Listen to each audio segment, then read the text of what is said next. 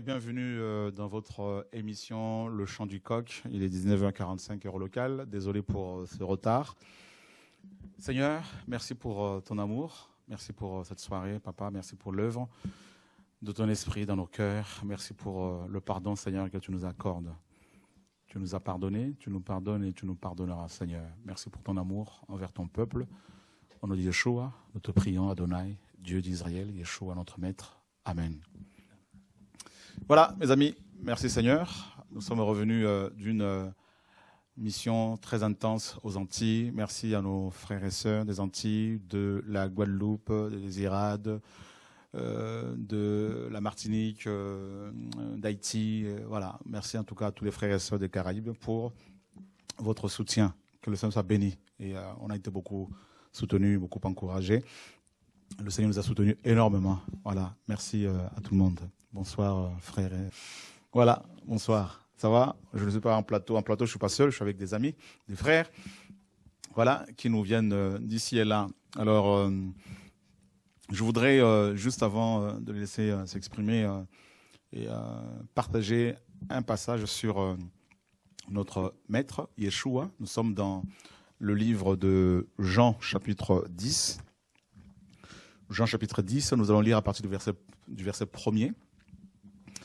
Amen, amen, je vous le dis, celui qui n'entre pas par la porte dans la bergerie des brebis, mais qui y monte par ailleurs, est un voleur et un brigand. Mais celui qui entre par la porte est le berger des brebis. Le portier lui ouvre, les brebis entendent sa voix, il appelle ses propres brebis par leur nom et il les conduit dehors. Et quand il a fait sortir toutes ses propres brebis, il marche devant elles et les brebis le suivent parce qu'elles ne connaissent pas, parce qu'elles connaissent sa voix. Mais elles ne suivront pas un étranger, au contraire, elles fuiront loin de lui, parce qu'elles ne connaissent pas la voix des étrangers. Jésus leur dit cette parabole, mais ils ne comprirent pas ce qu'il leur disait. Jésus donc leur dit encore, « Amen, amen, je vous le dis, je suis la porte des brebis. Je suis la porte des brebis. » Voilà. Et alors, nous allons rapidement aller voir dans le livre d'Apocalypse, chapitre 21. Et nous sommes à partir du verset 1er. Et je vis un nouveau ciel et une nouvelle terre, car le premier ciel et la première terre ont passé et la mer n'est plus. Alors, ouais, c'est du présent ici. Et moi, Jean, je vis la cité sainte, la nouvelle Jérusalem, descendant du ciel d'auprès de Dieu, préparée comme une épouse qui s'est ornée pour son époux. Et j'entendis du ciel une voix forte disant, « Voici le tabernacle de Dieu avec les humains. Il dressera sa tente avec eux et ils seront son peuple et Dieu lui-même sera leur Dieu. Et il sera avec eux. Et Dieu essuiera toute larme de leurs yeux, et la mort ne sera plus. Et il n'y aura plus ni deuil, ni cri, ni douleur, car les premières choses sont passées. Et celui qui est assis sur le trône dit, « Voici, je fais toutes choses nouvelles. » Puis il me dit, « Écris, car ces paroles sont véritables et certaines. » Il me dit aussi, « C'est fait. Moi, je suis l'alpha et l'oméga, le commencement et la fin. » À celui qui a soif, je lui donnerai de la source d'eau vive gratuitement. Le vainqueur héritera toutes ces choses. Je serai son Dieu et il sera mon fils. Mais pour les timides, les incrédules, les abominables, les meurtriers, les fornicateurs, les sorciers, les idolâtres et tous les menteurs, leur part sera dans les temps ardents de feu et de soufre qui est la seconde mort. Et l'un de sept anges qui tenait les 7 coupes pleines de 7 derniers fléaux s'approcha de moi et me parla en disant, « Viens, je te montrerai l'épouse, la femme de l'agneau. » Et il me transporta en esprit sur une grande et haute montagne, et il me montra la grande cité, la sainte Jérusalem, descendant du ciel d'auprès de Dieu, ayant la gloire de Dieu. Et son luminaire est semblable à une pierre très précieuse, comme à une pierre de jaspe transparente, comme du cristal. Et elle a une grande et haute muraille avec 12 portes, et aux portes 12 anges et des noms écrits sur elles, qui sont les noms des 12 tribus des fils d'Israël. À l'Orient, 3 portes, au nord, 3 portes, du côté du sud, 3 portes, et du côté de l'Occident, 3 portes. Voilà, Yeshua nous dit qu'il est la porte des brebis.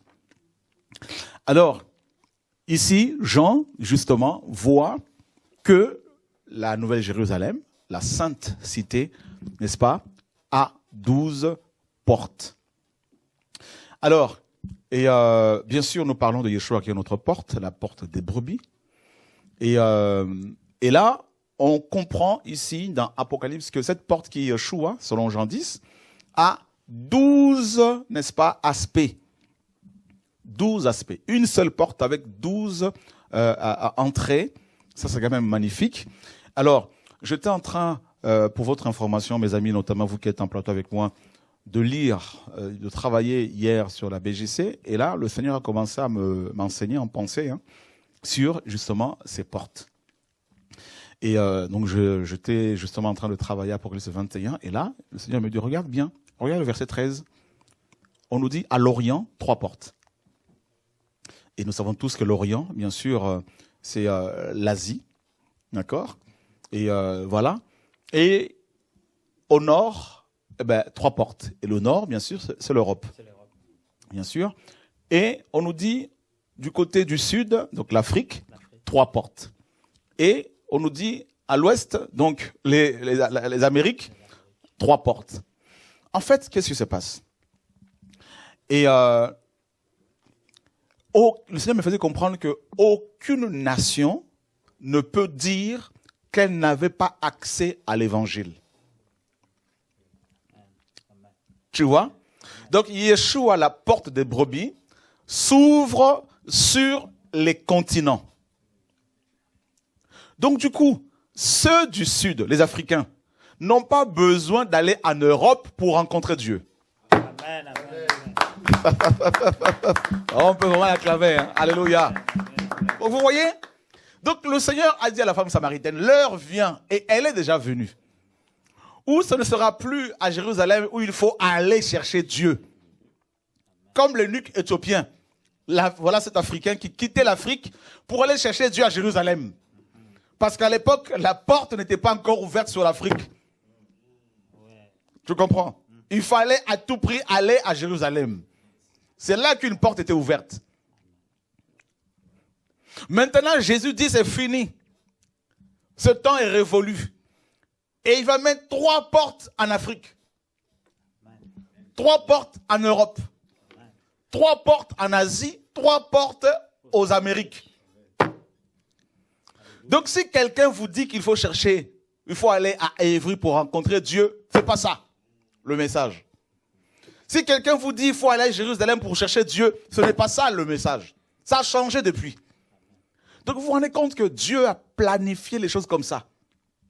A organisé les choses de sorte que aucun peuple ne puisse se dire non mais nous on n'avait pas accès à l'évangile. Nous on ne pouvait pas entendre parler de Yeshua. Donc cette porte-là qui est Yeshua, la porte des brebis, le Seigneur nous fait comprendre qu'au sud, Dieu a des brebis là-bas. Amen, amen. À l'ouest, il a des brebis. Donc le Seigneur, automatiquement, on comprend qu'il est au milieu. Donc c'est comme si le Seigneur a positionné son être au milieu. Il se positionne au milieu de la terre. Et maintenant, vous pouvez voir cette image-là, cette vision-là, tu vois, ce film-là, des nations qui quittent l'Afrique, qui quittent l'Europe. En fait, il y a une convergence des nations vers le point central, qui est Yeshua. Vous vous rendez compte, frère? Et ça, c'est magnifique. Et regardez bien, hein, mes amis. Le Seigneur dit qu'il est la porte des brebis. Et il a dit dans Jean 10, j'ai encore d'autres brebis qui ne sont pas de cette bergerie. Celles-là aussi, il faut que je les amène. Donc il parlait justement, là à cette époque, c'était la porte de l'Orient qui était ouverte. Seulement, c'est-à-dire Israël. Les 9 autres portes n'étaient pas encore ouvertes.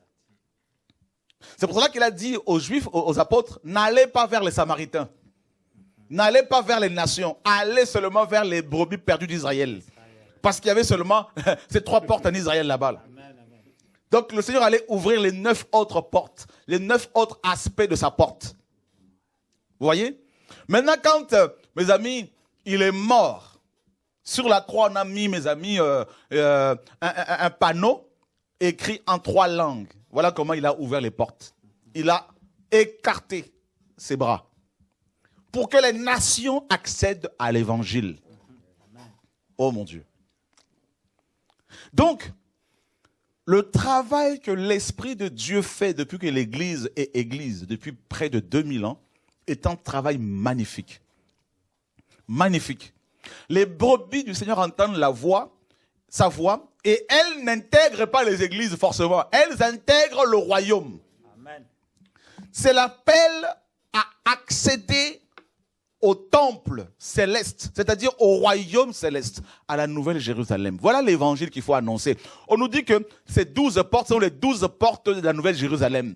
Donc l'évangile véritable doit être axé sur le Seigneur, sur le tabernacle, sur les cieux, le ciel. Allons voir les images quelques images du tabernacle. Je ne sais pas si on peut nous retrouver quand même ces images-là. Parce qu'en fait, la nouvelle Jérusalem, ce que Jean a vu, c'était pas nouveau. C'est ce que Moïse avait déjà vu. Dieu prend Moïse et l'amène sur le mont Sinaï et il lui montre la nouvelle Jérusalem. Et il lui dit, ben voilà, il faut me construire ce tabernacle selon le modèle que tu as vu. Mais il a vu l'original. Et vous verrez que ce tabernacle, vous voyez l'image là, du tabernacle là? Eh bien, figurez-vous que tout autour du tabernacle, il y avait les 12 tribus. Donc, 3 tribus au nord, les 3 portes au nord, 3 au sud, les 3 portes, 3 à l'est et 3 à l'ouest. Donc, il y avait déjà une préfiguration des 12 portes. Même sous Moïse, Dieu avait déjà prévu de sauver les Africains, de sauver les Européens, de sauver les Américains, de sauver les Indiens, les Asiatiques. Donc Jésus est vraiment le seul Dieu dont les portes de son royaume donnent sur le monde entier. Donc l'évangile ne doit pas être un évangile culturel. Vous comprenez? Donc, vous vous rendez compte, frère, quand j'entends des gens dire que non, il faut que j'aille dans tel pays pour rencontrer Dieu, vous n'avez rien compris. Jésus, c'est lui qui est au centre. Quel que soit l'endroit où vous êtes, si vous l'invoquez, quel que soit votre pays, il y a 3 portes qui se tournent vers votre continent. Et le Seigneur peut se manifester. Vous pouvez accéder au royaume étant chez vous. Donc, ça veut dire qu'il n'y a pas une seule barrière qui puisse vous empêcher d'aller vers le Seigneur à part le péché. Et Jean a vu ces portes, ce que Moïse avait vu. Vous vous rendez compte, frère? Et ces 12 portes représentent aussi les 12 pierres que portait, n'est-ce pas, le grand prêtre sur sa poitrine. Il avait un pectoral. Hein? Et ça veut dire que Dieu, par le grand prêtre, Aaron, porte sur son cœur les nations. Parce que ces 12 pierres représentaient prophétiquement les 12 tribus d'Israël, mais en même temps, par extension, les nations. Voilà pourquoi vous avez les 24 anciens, tout autour du trône. 12 pour Israël, 12 pour les nations. Vous vous rendez compte? Et 24, vous faites 4 plus 2, 24, 4 plus 2, ça fait 6, le chiffre de l'homme. Dieu, son plan, c'est l'homme. Dans le cœur de Dieu, il y a l'homme. Dieu, dans la pensée de Dieu, il y a l'homme. Voilà pourquoi il a dit, il n'est pas bon que l'homme soit seul. Mon Dieu. Alléluia. Ouh, Seigneur, mon Dieu. Je veux dire à quelqu'un qui est abattu, dans le cœur du Père, tu es dedans. Ton bonheur préoccupe le Père Céleste. Ta paix préoccupe le Père Céleste. Ta joie préoccupe le Père Céleste. Tu vois, ton sommeil doux est dans la préoccupation du Seigneur. Dieu sur son trône pense à toi. Mon Dieu, quel Dieu avons-nous? Hein? Nous sommes 7 milliards, mais pourtant, c'est sur toi que Dieu a posé son regard. Il n'y a pas besoin de prier en direction d'un pays pour être exaucé. Non, notre Dieu n'est pas comme ça. Il est au milieu. Il a dit quoi? Là où 2 ou 3 s'assemblent en mon nom, je suis au milieu. Il est toujours au milieu. Le tabernacle, Yeshua. Vous voyez? Frères, sœurs. Oh non. Ah. Et on nous dit que ces portes-là sont 12 perles. 12 perles. C'est-à-dire que tu es une perle, mon frère, ma sœur. Ne cherchez pas forcément à rencontrer Shora ou un prophète ou un apôtre. Non, c'est fini ça. Tourne-toi vers la porte. Si tu es la brebis du Seigneur, invoque le nom du Seigneur. Et je veux te dire une chose. Vous savez, aujourd'hui, le Seigneur, allons voir dans Ésaïe 22, 22. Oh, Yeshua à la porte. Hein? Les 12 aspects de la porte qui est Yeshua. Ésaïe 22, 22. Regardez ce que le maître a dit. Et je mettrai la clé de la maison de David sur son épaule. S'il l'ouvre, personne ne fermera. S'il ferme, personne n'ouvrira. Et allons voir dans Apocalypse 3, 8. Oh mon Dieu. Qu'est-ce qu'il dit ici? Je connais tes œuvres. Voici, j'ai ouvert une porte devant toi et personne ne peut la fermer. Parce que tu as peu de puissance, que tu as gardé ma parole et que tu n'as pas renié mon nom. Tu te rends compte? Une porte est ouverte sur ton continent. 3 portes. Personne ne peut les fermer. Personne. Et cette porte-là donne sur les présidents aussi. Amen. Voilà pourquoi Pierre est allé jusqu'à chez Corneille, un grand homme politique. Il lui a annoncé l'évangile. Un grand soldat, militaire. Donc, la porte... Attends. Allons voir dans Apocalypse 22, mes amis. Oh Seigneur, merci. C'est magnifique ce que le Seigneur... Apocalypse 21, le verset 25. 24 à 25. Regardez. Yeshua. Et les nations qui auront été sauvées marcheront à la faveur de sa lumière, et les rois de la terre y apporteront ce qu'ils ont de plus magnifique et de plus précieux. Et ces portes ne se fermeront pas le jour, car il n'y aura pas de nuit. Et on y apportera la gloire et l'honneur des nations. Vous vous rendez compte? Vous vous rendez compte, mes amis, là? Donc, il y a des rois qui vont entrer par cette porte-là. Il y a des présidents qui cherchent la porte. Voyez? Au lieu d'aller voir les marabouts, les sorciers, les quemboiseurs, tout ça, là, les satanistes, les rosicruciens, il faut que nos présidents cherchent la porte, par excellence. Vous vous rendez compte, frères et sœurs? C'est-à-dire, aucun homme ne peut t'ouvrir. Quand j'entends des gens dire, non, mais grâce à moi, tu peux avoir une porte ouverte. Non, c'est pas grâce à toi. 12 portes sont ouvertes sur les nations. 12 portes. Vous vous rendez compte? 12 portes qui amènent à l'élévation. Et il n'y en a qu'une à la base. Et qui donne, il y a comme 12 bras comme ça là. Comme un seul fleuve dans le jardin d'Éden qui va avoir 4 bras. 12. Mais pourquoi 3 en Afrique? 3 c'est le nombre, le chiffre de l'accomplissement. 3 en hébreu c'est l'accomplissement.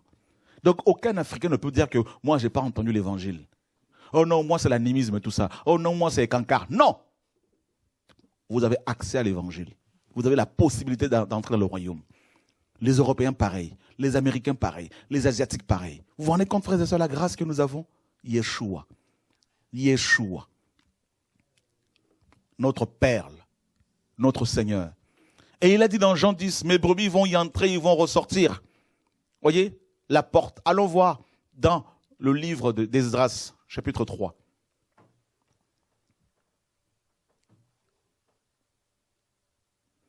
Or, le 7e mois approcha et les enfants d'Israël étaient dans leur ville. Alors le peuple se rassembla comme un seul homme à Jérusalem. Regardez. Et on va nous dire qu'ils vont restaurer quelque chose. Et ils posèrent l'autel de Dieu sur sa base parce qu'ils n'avaient pas peur, parce qu'ils avaient peur en eux-mêmes des peuples du pays. Et ils offrirent des holocaustes à Yahweh, les holocaustes du matin et du soir. Vous voyez? Et je crois que quelque part, ils vont bâtir, restaurer la porte des brebis. Et voilà. Quelque part, nous sommes à Esdras là. Esdras. On va les voir dans Néhémie 3, dans ce cas-là. Merci. Voilà. Eliashib, le grand prêtre, se leva donc avec ses frères, les prêtres, et ils rebâtirent la porte des brebis. Voilà. Ils la consacrèrent et en posèrent les battants.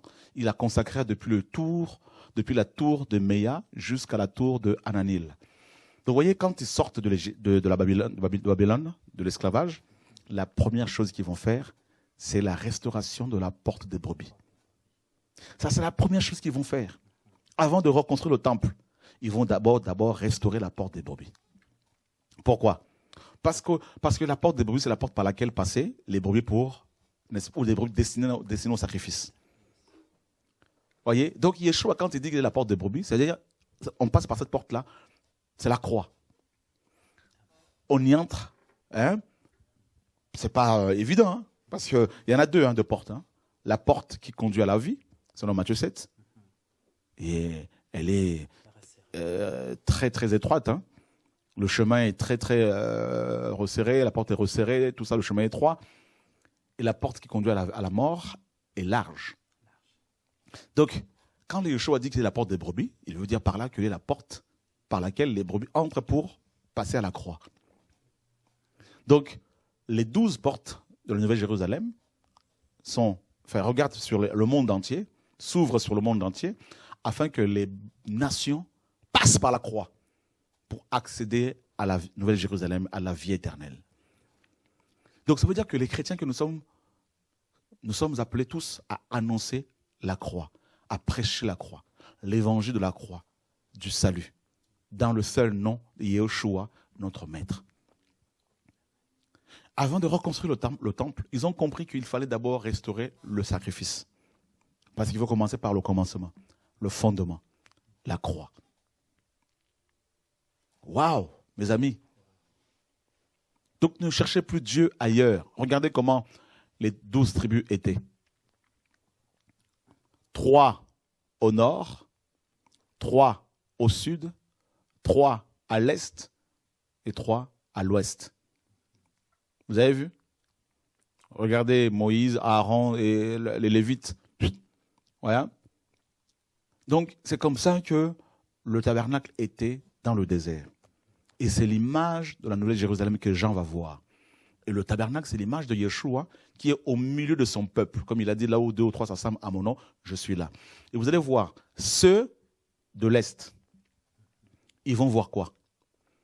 Ils vont voir, par exemple, je prends un exemple, ils vont avoir les 3 tribus du Nord d'abord, vont par exemple avoir la révélation de Yeshua comme étant l'aigle, l'évangile de Jean.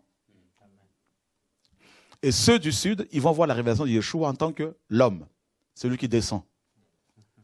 Parce qu'on descend au Sud. Hein. L'aigle, c'est celui qui monte, la hauteur, selon Éphésiens 4, Éphésiens 3, afin que vous connaissiez la hauteur, la profondeur. Ça, c'est la descente. Le livre de Luc. Jean, c'est l'aigle qui monte, la divinité de Yeshua.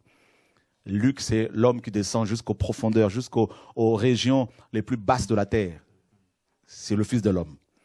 Et Marc, c'est le serviteur, le bœuf. Voyez ?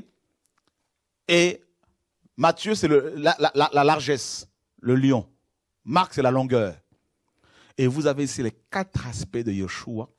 La hauteur, Jean, le nord, la profondeur, Luc, l'homme qui descend, Dieu est devenu homme, Dieu est descendu. Le bœuf, Marc, c'est la longueur, l'Est. Il a dit aux gens de l'Est, de l'Orient, je suis venu pour servir et non pour être servi. Et l'Ouest, c'est le royaume, Matthieu. Donc maintenant, chaque groupe avait reçu un aspect, une révélation de Yeshua, et il fallait maintenant qu'ils travaillent ensemble. Et en étant ensemble comme un corps, tout le monde pouvait voir Yeshua dans sa globalité. Voilà pourquoi nous sommes un corps. Ceux de l'Est ont reçu des choses, ceux du Sud en ont reçu, et quand on se met ensemble, tous ensemble, les Africains, les Blancs, les Européens, les Asiatiques, les Américains, tous ensemble, les Métis, les Arabes, tout ça là, les Indiens, les Chinois, les gens des nations, voyez, les Cambodgiens, tout ça là, ensemble, le monde va voir Yeshua dans sa globalité. Amen. Ça, c'est magnifique. Vous voyez, mes amis? Et c'est pour cela que Israël était fort en tant que nation, parce que c'était une nation composée de plusieurs particularités, de plusieurs dons. Il y avait l'unité, la diversité n'était pas, mes amis, quelque chose qui pouvait diviser, mais au contraire, la diversité des dons créait, engendrait l'unité, la dépendance des uns vis-à-vis des autres. Waouh, Seigneur mon Dieu! Waouh! Yeshua, la porte. Et vous allez voir des chrétiens africains qui arrivent au royaume, les chrétiens américains qui arrivent au royaume, les chrétiens arabes qui arrivent, les Chinois, les nations qui arrivent. Et Yeshua est le seul Dieu qui peut rassembler autant de différences, autant de personnes différentes les unes des autres. Il est le seul à avoir brisé le mur de séparation. Voilà pourquoi en Yeshua, il n'y a ni juif, ni grec, ni homme, ni femme. En Yeshua, véritablement, mes amis, il n'y a plus l'église africaine, antillaise, tout ça. Nous sommes l'église du Seigneur. Une seule église. Il n'y a pas une église juive. Non, tous ensemble. Un seul peuple, un seul Dieu, un seul corps. À Yeshua, seule toute la gloire. Mes amis, que le Seigneur vous garde. Je vous donne rendez-vous demain, mardi, mercredi, jeudi, vendredi, pour une formation biblique ici à Évry. Que le Seigneur soit glorifié, à lui seul la gloire.